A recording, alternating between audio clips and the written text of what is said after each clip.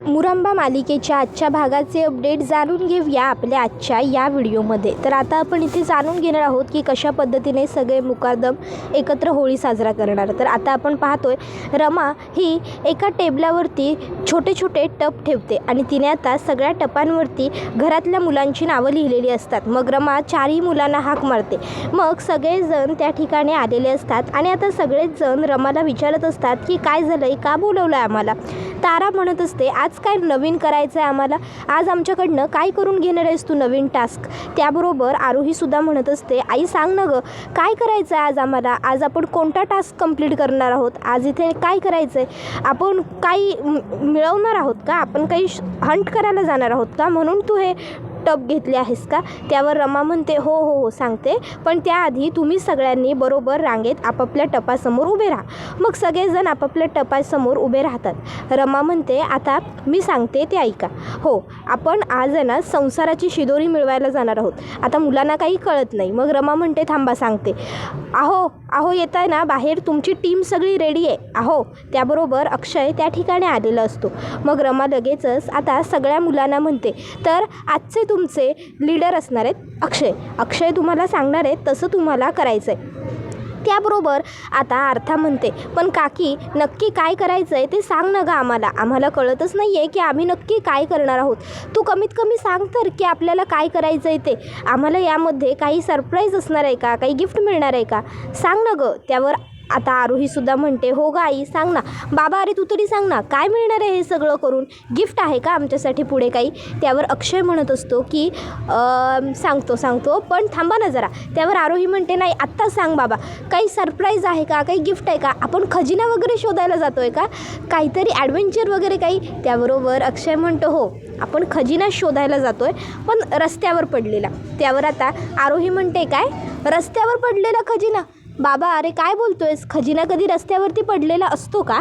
त्याबरोबर अक्षय म्हणतो हो मग असतो ना, आपण आज निसर्गातला खजिना गोळा करायला चाललो आहे, त्यामुळे तो तुम्हाला असाच रस्त्यात वगैरे कुठे पण सापडू शकतो। त्यावर आता रमा म्हणते सोप्या भाषेत सांगते तुम्हाला, आपण जातो आता सध्या शेण आणायला। त्यावर लगेच पार्थ म्हणतो काय शेण आणायला, नाही नाही नाही मी नाही जाणार, मला नाही जमणार शेण वगैरे आणायला। त्याबरोबर आता आरोहीसुद्धा म्हणते आई यारशी ते चांगलं काम नाही आहे, मी नाही करणार, मला घाण वाटेल। त्यावेळी तारासुद्धा म्हणते हो हो मला पण नाही जमणार, मी सुद्धा असलं काही करणार नाही आहे, तुम्हाला काय करायचं असेल ते तुम्ही करा। त्याबरोबर आता आर्था म्हणते मला चालेल, मी करेन हे काम। आणि आपल्या देशात जरी आपल्या शेणखताला किंमत नसली ना तरी बाहेरच्या देशात आपल्या सेंद्रिय खताला खूप किंमत आहे, मला माहिती आहे। त्याबरोबर तारा म्हणते हो ना, मग तुला जमणार असेल तर तूच कर, आमच्या मागे लागू नका, आम्हाला काही जमणार नाही आहे। त्यावर अक्षय म्हणत असतो ए तारा कसं बोलतेस तू तिच्याशी, ती जे म्हणाली ना ते अत्यंत योग्य आहे। त्याबरोबर मग रमासुद्धा आरोहीला सांगते आरोही बाळा शेण खराब नाही आहे, वाईट असं बोलू नये गं, अगं आज गोवऱ्या थापण्यासाठी शेण लागतंच आणि उलट जर इको फ्रेंडली होळी करायची असेल ना प्रदूषण न करता तर ते शेणाच्या गोवऱ्या थापूनच करतात आणि ती संस्कृती आहे बाळा, त्यामुळे ते काम घाण नाही आहे समजलं। आणि आता कुणाला सुट्टी नाही आहे, आज सगळ्यांनी शेण आणायला जायचंच आहे, चला बरं सगळ्यांनी। मग काय रमा आणि अक्षय सगळ्या मुलांना गोळा करून शेण आणायला घेऊन जातात। सगळी मुलं आता मनात कितीही नसलं, कितीही त्यांना घाण वाटत असली, काहीही असलं तरी शेवटी शेण गोळा करून आलेले असतात। मग आता आरोही म्हणते आई मला वाटलं होतं आधी हे काम खूप खराब असेल म्हणून, पण नाही मला मज्जा आली आहे। रमा म्हणते आली का नाही मज्जा, मग चला आता ह्या शेणाच्या आहे ना तुम्हाला गौऱ्या थापायच्या आहेत तर तुम्ही आता गौऱ्या थापायला घ्या। त्याबरोबर मुलं म्हणतात ते काय करायचं आता। त्यावर रमा म्हणते मी सांगते तसं करा। आणि मग रमा त्या मुलांना आता गौऱ्या थापायच्या कशा ते सांगत असते। तोपर्यंत त्या ठिकाणी शशिकांत, मुकारदम आणि आनंद येतात। आनंद म्हणतो अरे वा वा वा, बच्चा पार्टीला रमा अक्षय तुम्ही दोघांनी चांगलंच कामाला लावलं की मुलांकडनं गोवऱ्या वगैरे थापून घेताय का, बघू तारा आर्था बघू तुमचं काय चाललंय, आरोही बघू।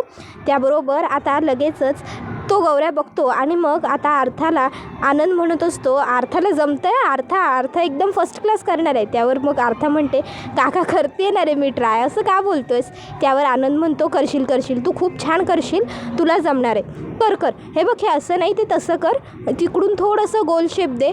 मग आता आनंद सांगत असतो तसं मुलं करत असतात। आनंद आता अर्था आणि आरोहीला दोघींना काय कसं करायचं ते सगळं सांगत असतो। रमासुद्धा फेऱ्या मारून बघत असते मुलं कसं करतायत, काय करतायत. त्यानंतर आता घरामध्ये छान पूर्णावरणाचा घाट घातलेला असतो.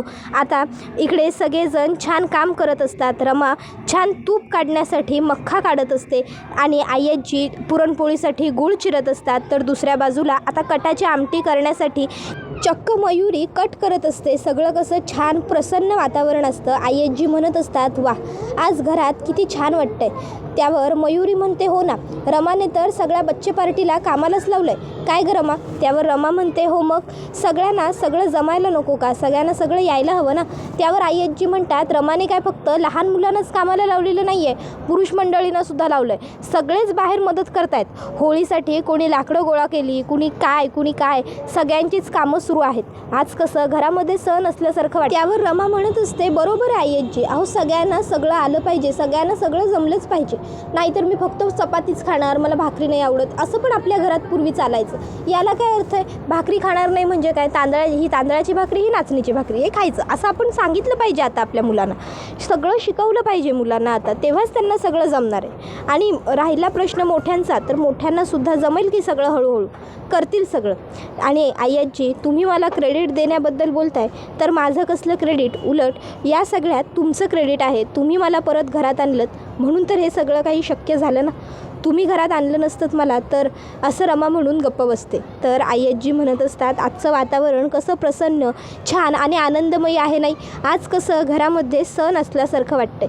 बाहेर सगळे पुरुष मंडळी, मुलं मिळून होळी सजवतायत, होळीचं बघतायत आणि आपण बायका, आपण घरामध्ये पूर्णावरणाचा घाट घालतोय.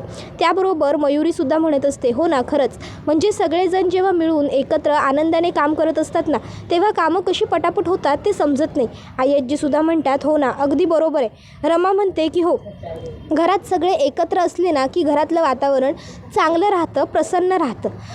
पण इथे मी आहे आणि आता मग तिला एवढं बोलून अण्णांची आठवण येते. तिला आठवतं की रमा जेव्हा अक्षयच्या घरी राहायला येणार असते तेव्हा अण्णा तिच्याकडे आले होते आणि अण्णा तिला म्हणत होते, रमा 7 वर्ष किती पटपट निघून गेली काही कळलंच नाही. म्हणजे तू माझा कार ॲक्सिडेंटमध्ये जीव वाचवलास तेव्हा नंतरपासून तू माझी मुलगीच झालीस. तू माझ्याबरोबर इथे आलीस, मला काय हवं आहे नको आहे ते सगळं बघितलंस, माझी एवढी काळजी घेतलीस मनापासून, मला सांभाळलंस, मला जपलंस. खरंच रमा, तू कर्तव्यात कुठेच मागे पडली नाहीस. तू सगळीकडे तुझं कर्तव्य अगदी चोख, व्यवस्थित आणि छान पद्धतीने बजावत राहिलीस. पण या सगळ्यात आता तू कधीच तुझ्या सुखाचा विचार, तुला हीच रिक्वेस्ट करतोय की तू तुझ्या सुखाचा विचार कर, तू तुझ्या आनंदाचा विचार कर. आता तू स्वतःसाठी जग रमा. ह्या सगळ्या गोष्टी आठवून रमाला अश्रू आलेले असतात डोळ्यात आणि रमा आता तिकडनं थेट निघून जाते. त्याबरोबर आता लगेचच आता सगळ्यांनाच प्रश्न पडतो की रमाला काय झालं. त्यावर आय्याजी म्हणतात, अरे काय झालं म्हणजे काय विचारताय, बिचारीला अण्णांची आठवण आली असेल. पण मला एक गोष्ट कळत नाही, मुलीच्या लग्नापेक्षाही महत्त्वाचं असं कोणतं काम आलं अण्णांना ज्यासाठी अण्णा असे तडकाफडकी निघून गेले असतील. त्याबरोबर आता लगेचच मयुरीसुद्धा म्हणू लागते, हो ना मलासुद्धा कळत नाही आहे. नाही म्हणजे रमाचा हा लग्नानंतरचा पहिला सण आहे आणि या सणाला अण्णा इथे हवे होते. नाही म्हणजे साध्या शुभेच्छा तरी त्यांनी तिला द्यायला हव्या होत्या ना. माहेरून फोन येतो, कधी कधी न्यायला येतात, असं काहीतरी असतंच की. पण रमाच्या लग्नानंतरच्या पहिल्या सणाला अण्णाच इथे नाही आहेत. रमाला किती वाईट वाटत असेल, तिला किती नर्वस वाटत असेल, नाराज वाटत असेल खरंच. पण अण्णांनी असं का केलं, एवढं त्यांचं काय काम आहे हे समजतच नाही आहे. त्याबरोबर लगेचच आता त्यांची मोलकरणीसुद्धा म्हणू लागते, हो ना खरंच, नाही म्हणजे रमा वहिनींचे आईबापण नाहीत ना. जर त्यांच्या आईबा असते तर त्यासने अण्णांची एवढी आठवण आली नसती. पण आता काय करणार आपण तरी म्हणा, त्या अण्णासाहेबांनी तिला विश करायला पाहिजे होतं. त्याबरोबर मग आय्याजी म्हणत असतात, जाऊ द्या आता आपण काय करणार, अण्णांनी त्यांचं काय काम आहे किंवा ते कुठं जात आहेत असं काहीच सांगितलेलं नाही आहे. त्यामुळे आपण काही करूच शकत नाही ना. म्हणूनच तर सगळी अडचण झाली आहे. तर दुसऱ्या बाजूला आता इकडे आनंददादा हा एकटा झेंडूच्या फुलाकडे टक लावून बघत बसलेला असतो. त्याच्या डोळ्यात अश्रू दाटून आलेले असतात आणि भरलेल्या डोळ्यांनी तो ते झेंडूचं फूल बघत असतो आणि हसतही असतो.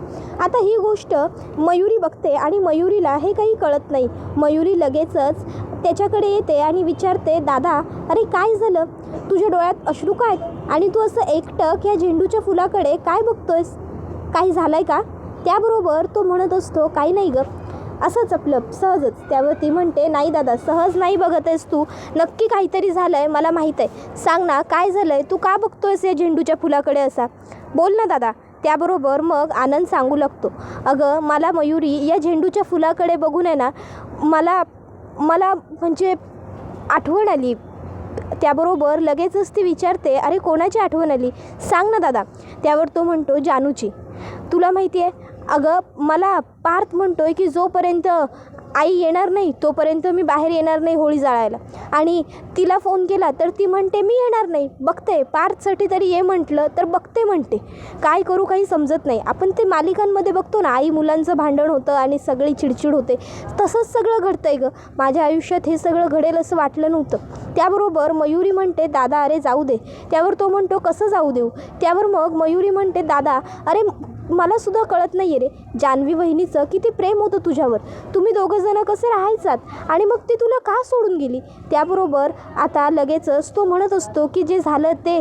त्याबरोबर लगेच पुढे मयुरी म्हणत असते, खरं एक बघायला गेलं ना तर आपल्या सगळ्यांच्याच आयुष्याला कोणाची तरी नजर लागली रे.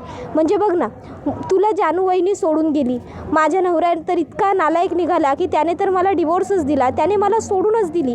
आणि अभिचं तर बिचाऱ्याचं सगळंच विचित्र झालं. पण बघ ना, सगळं काही ह्या सगळ्यात चांगलं झालं ते फक्त अक्षयचं. कारण अक्षय आणि रमा ह्या दोघांनीही त्यांचा संसार वाचवण्यासाठी पुरेपूर प्रयत्न केले. त्या दोघांनीही एकमेकाची कायम साथ दिली. ते दोघं कायमच एकत्र राहिले. त्यांनी कधीच एकमेकांबरोबर वाद झाला म्हणून सोडलं नाही एकमेकांना. त्यावर लगेचच आनंद म्हणतो, हो हे अगदी बरोबर बोललीस. त्यावर लगेचच आता जानू म्हणते, दादा मी एक विचारू तुला. त्यावर आनंद म्हणतो, विचार ना. जानू म्हणते, दादा तू दुसऱ्या लग्नाचा विचार का नाही करत, तू कर ना दुसरं लग्न, तुझी ही बहीण तुझ्या बरोबर आहे. त्यावर आनंद म्हणतो, नाही गं मला नाही जमणार ते सगळं, आणि माझं मुळात जानूवर खूप प्रेम आहे गं. त्याबरोबर मयुरी म्हणते, अरे मग काय झालं दादा, कर की दुसरं लग्न, आणि काय फरक पडतो. त्यावर आनंद म्हणतो, मग तू कर की दुसरं लग्न, मी आहे तुझ्यासोबत. त्याबरोबर ती म्हणते की नाही रे, मला नाही जमणार आता, आणि आता मला फक्त तारावर फोकस करायचं आहे. त्याबरोबर मग आता लगेचच ती म्हणते, आणि अभिचं तर काही कळतच नाही रे, म्हणजे अभि बघ ना. त्याबरोबर लगेचच आता आनंद म्हणतो, हो अभिबद्दल वाईट तर मला पण वाटतंच गं, मला सुद्धा सतत त्याचा विचार मनात असतो. पण जाऊ दे, आता आहे ना आपण सगळं सोडून देऊया आणि आपण आजचा दिवस सेलिब्रेट करूया, आनंदात घालवूया. सध्या आपण खूप टेन्शन घेतलं आहे, खूप विचार केला आहे प्रत्येक गोष्टीचा. आजचा दिवस चांगला सेलिब्रेट करूया, काय वाटतं तुला. त्याबरोबर लगेचच आता आनंदसुद्धा असं म्हणाल्यावर मयुरी म्हणते, हो हो मला अगदीच तुझं म्हणणं पटलं आहे, तू जे म्हणतो आहेस ना दादा ते बरोबर आहे. आजचा दिवस आपण छान साजरा करूया आणि आज आपल्यातल्या वाईट आठवणी, वाईट गोष्टी सगळं आपण होलिकेत जाळून टाकूया, दहन करूया आणि नवीन आयुष्याची आनंदाने सुरुवात करूया. आनंद म्हणत असतो, नाही ते सगळं तर ठीक आहे, आपण करूच या ते सगळं, पण मला एक गोष्ट कळत नाही आहे मयुरी, म्हणजे तुझ्यात हा एवढा बदल झाला कसा. नाही म्हणजे अगदी चक्क ही मयुरी 2.0च मला पाहायला मिळते असंच मला वाटतं आहे. बाप रे मयुरी, काय गं काय. त्याबरोबर मयुरी म्हणते, दादा तू ना आता सुरू करू नकोसा. त्यावर आनंद म्हणतो, अगं मी बरोबर बोलतोय मयुरी, काय होलीकडनं गिफ्ट वगैरे मिळालं आहे की काय मयुरीला, म्हणून मयुरी एवढंच छान वागते. मयुरी लगेच म्हणते, दादा असं काही नाही आहे रे. त्याबरोबर मग आनंद म्हणतो, बरं मग ठीक आहे, तू माझ्याकडनं गिफ्ट घे, हे घे माझ्याकडनं तुला हे झेंडूचं फूल गिफ्ट. आणि मग तो लगेचच मयुरीच्या हातामध्ये ते झेंडूचं फूल देतो. आता आनंदने ते झेंडूचं फूल दिल्यावर मयुरी म्हणते, काय रे तू दादा काय रे. त्याबरोबर आनंद लगेचच म्हणतो, इस बात पे एक हक हो जा, आणि मग तो तिला लगेचच मिठी मारतो. आणि आता दोघंही भावंड छान हसत असतात, दोघांनाही बरं वाटत असतं जरा. दोघंही जण आपलं आपलं दुःख, आपला आपला त्रास, टेन्शन थोडा वेळ विसरतात. आता मयुरी म्हणते, दादा आपण असंच छान सेलिब्रेट करूया आज. त्याबरोबर आनंदसुद्धा म्हणतो, हो नक्की, सध्या जो काही त्रास आहे की नाही आपल्या आयुष्यातला, आपण तो सगळा बाजूला ठेवूया आणि मस्त होळी सेलिब्रेट करूया. अक्षय आणि रमाने एवढं सगळं छान प्लॅन केलं आहे ना, आपण सगळं छान करूया. त्याबरोबर दुसऱ्या बाजूला आता अक्षय हा दमून आलेला असतो आणि दमून येऊन तो जरा शांत निवांत बसलेला असतो. इतक्यात तिकडे आई आजी आणि आई आजी लगेचच अक्षयला लिंबू सरबत देऊ करतात. अक्षय लिंबू सरबत घेतो. आई आजी त्याला म्हणत असतात, अक्षय अरे म्हणजे सगळं वातावरण छान आहे, सगळं प्रसन्न आहे, पण तू रमाचा चेहरा बघितलंस का? बिचारी उदास आहे रे. अक्षय म्हणतो काय झालं? त्याबरोबर आय्यजी म्हणतात अक्षय अरे तुला काही वेगळं सांगण्याची गरज नाही आहे, तुलासुद्धा माहितीच आहे की रमाला अण्णासाहेबांची केवढी आठवण येते. नाही म्हणजे मला मान्य आहे ते कामात वगैरे असतील, पण जरा त्यांना कॉन्टॅक्ट करून बघ ना, ते रमाबरोबर बोलले तरी जरा रमाला बरं वाटेल रे. त्याबरोबर अक्षय म्हणतो अगं मी कॉन्टॅक्ट करून बघितलं आजी, पण ते काहीच कॉन्टॅक्ट करत नाही आहेत, ते फक्त मेसेजेसवर बोलत आहेत की मी बिझी आहे, कामात आहे वगैरे, फोन उचलतच नाही आहेत. मग मी काय बोलू त्यांच्याशी, कसं सांगू तुला? त्याबरोबर मग आता लगेचच आय्यजी अक्षयला सांगतात पण बघ जरा जमलं तर त्यांना कॉन्टॅक्ट करण्याचा प्रयत्न कर. त्यावर मग आता अक्षय म्हणतो हो मी बघतो. आय्यजी अक्षयला सांगतात आणि हो हे सगळं मी येऊन तुझ्याजवळ बोलले किंवा हे सगळं मी तुला सांगितलं आहे असं मात्र रमाला कळू देऊ नकोस हा, नाहीतर उगाच तिला वाईट वाटेल. त्यावेळी मग अक्षय आय्यजींना सांगतो की हो काळजी करू नकोस आजी, हे सगळं तू मला सांगितलं आहेस असं मी रमाला नाही सांगणार. बरं तू जाऊ दे, मी बघतो काय करायचं ते, तू लाग तुझ्या कामाला. आय्यजी तिकडनं त्यांच्या कामासाठी निघून जातात. मग आता इकडे अक्षय हा पुन्हा एकदा अण्णांना फोन करून बघतो, पुन्हा तेच फोन नाहीच उचलत आहेत अण्णा असं म्हणत अक्षय फोन खाली ठेवतो. अण्णांचा इतक्यात अक्षयच्या फोनवरती मेसेज येतो. फोन वाजल्यावर अक्षय बघतो उचलून तर अण्णांचाच मेसेज आहे. अण्णांनी विचारलेलं असतं काय झालं अक्षय, का कॉल करतोयस मला, काही अर्जंट काम आहे का? मी एका महत्त्वाच्या कामात व्यस्त आहे, महत्त्वाचं असेल तर मेसेजवर बोल. आता मात्र मग अक्षय अण्णांना व्हॉईस नोट पाठवतो आणि तो अण्णांना म्हणत असतो अण्णा अहो फोन उचला ना, फोन का उचलत नाही आहात तुम्ही? अहो इकडे रमाला तुमची खूप जास्त आठवण येते म्हणून मी तुम्हाला फक्त फोन करत होतो. तुम्ही जर तिच्याबरोबर फोन करून 2 शब्द जरी बोलला असतात तर कसं तिला बरं वाटलं असतं, म्हणून फोन करत होतो तुम्हाला हे सांगण्यासाठी. पण अण्णा यावर मात्र आता काही रिप्लाय देत नसतात, ते काही बोलत नसतात. आता मात्र नक्की अण्णांचं काय सुरू आहे, ते एवढ्या महत्त्वाच्या कुठल्या कामात व्यस्त झालेत, काय घडलं असेल या गोष्टींचा विचार करत अक्षय हा शांतपणे बसलेला असतो. अक्षयला टेन्शन आलेलं असतं नक्की काय घडतं याचं. त्यानंतर आता संपूर्ण मुकादम कुटुंब छान पद्धतीने होळीसाठी नटून वगैरे आलेले असतात. अक्षय आणि रमा छान होळीला जाळतात. त्याबरोबर आता मग रमा छान प्रार्थना करते आणि म्हणत असते की आता आपण सगळ्या मुकादमांनी एक पण करूया की प्रत्येक सणाला प्रत्येक वेळी आपण सगळे कुठेही असलो तरीही तिथून एकत्र मात्र नक्की येऊ. त्यावर सगळेजण होकार देतात आणि मग सगळेजण छान होळीभोवती फिरून वगैरे मस्त आवाज करून आता होळी सेलिब्रेट करतात. त्यानंतर रमा नाराज असते. अक्षय म्हणतो काय झालं, तुला अण्णांची आठवण येते का? रमा म्हणते की अण्णा माझ्याजवळ इतके दिवस न बोलता कधी राहूच शकत नाही, मला कळत नाही आहे की नक्की हे सगळं काय घडतंय, मला ना जरा विचित्र वेगळं वाटतंय. त्यावर मग मात्र आता अक्षयसुद्धा शांत होतो. त्याबरोबर हा व्हिडिओ इथेच संपतो. व्हिडिओ आवडला असेल तर व्हिडिओला लाईक करा, चॅनलवर नवीन असाल तर चॅनलला सबस्क्राईब करा आणि बेल आयकॉन आठवणीने प्रेस करा, जेणेकरून तुम्हाला पुढच्या प्रत्येक व्हिडिओचं नोटिफिकेशन मिळत जाईल आणि सर्व व्हिडिओंचा आनंद हा अगदी उत्तम पद्धतीने घेता येईल. चला तर मग प्रेक्षकांनो आजच्या पुरतं इथेच थांबूया. पुढचा व्हिडिओ येईपर्यंत या व्हिडिओचा आनंद घेत राहा. मुरांबा ही मालिका तुम्हाला कशी वाटते हे आम्हाला कमेंटमध्ये नक्कीच सांगा. धन्यवाद.